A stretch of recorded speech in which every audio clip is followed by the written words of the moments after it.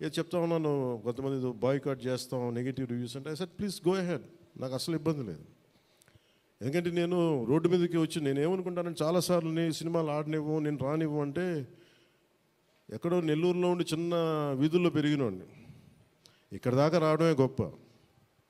అలాంటిది నా సినిమాని ఆపుతున్నాను, నేను ఎంత స్థాయికి ఎదిగానో మీరు చెప్తున్నారు. నా గురించి నాకు తెలియదు, కానీ మీరు చెప్తున్నారు నా ఎదుగుదల ఎంత. ఎవడో ఒక హీరో ఒక సినిమా తీస్తే ఆ సినిమాని మిమ్మల్ని భయపెట్టేంత స్థాయిలో ఉందా? నా మీద కూర్చోబెట్టి ఒక క్విట్ ఇండియా మూమెంట్ ఇదేమన్నా, ఇదేనా క్విట్ ఇండియా మూమెంట్ లాగా? బాయ్గా అంటే ఏం చేస్తారు, చేసుకోండి అన్నాను. ఏం ఫరక్ పడుతుంది, ఏమి తేడా పడుతుంది? నథింగ్. ఇవన్నీ చూడకుండా జీవితంలోకి వస్తామా? ఇవన్నీ ఇంతకుమించి మేము చూడలేదా?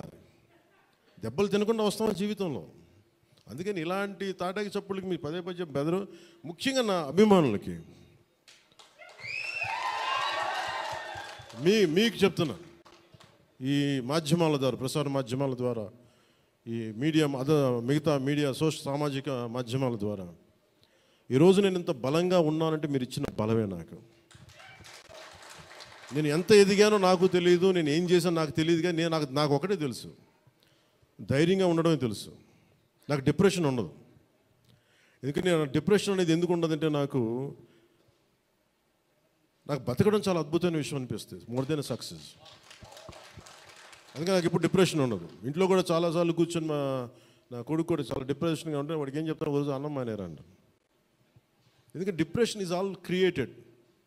అలాగే ఇప్పుడు సడన్గా ఆయన ఎందుకు చెప్తున్నాను, ఎందుకు రెలవెంట్గా చెప్తున్నానంటే, సార్ మన సినిమా గురించి నెగిటివ్గా మాట్లాడుతున్నట్టే, అది నెగిటివ్గా మాట్లాడుతున్నట్టే మనం బలంగా ఉన్నామని అర్థం.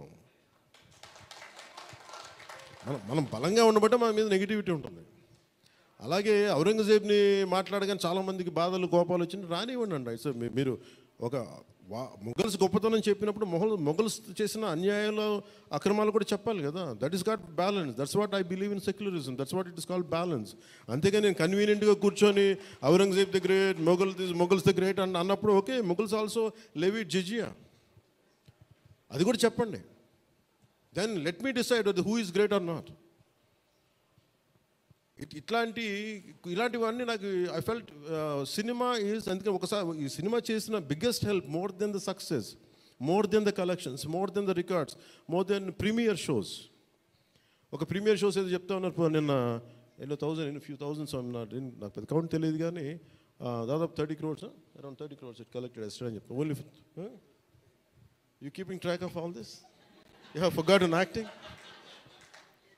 యాక్టర్స్ పని అంటే యాక్ట్ చేయడం కదా, కూర్చోమై కలెక్షన్ గురించి మాట్లాడుకుంటాం. నేను ఇప్పుడు దాకా అనుకోవాలా